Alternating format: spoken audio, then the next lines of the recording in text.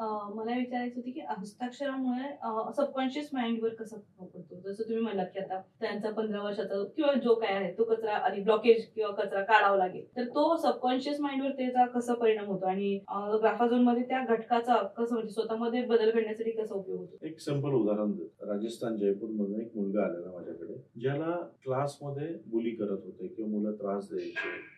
त्याला असं वाटायचं की मी शाळेतच नको जायला, मी कुठलीच ऍक्टिव्हिटी नको करायला. तर मी स्टडी केलं. मी म्हटलं नाही, हा डोक्याने हुशार आहे. हुशार इन द सेन्स त्याला व्यवस्थित आहे, सगळं व्यवस्थित चाललंय. मग हा कशासाठी हे करतोय की बाबा काय प्रॉब्लेम आहे? तर आम्ही ते प्रॉब्लेम आयडेंटिफाय केलं. त्या हिशोबाने त्याच्यावरती काम केलं.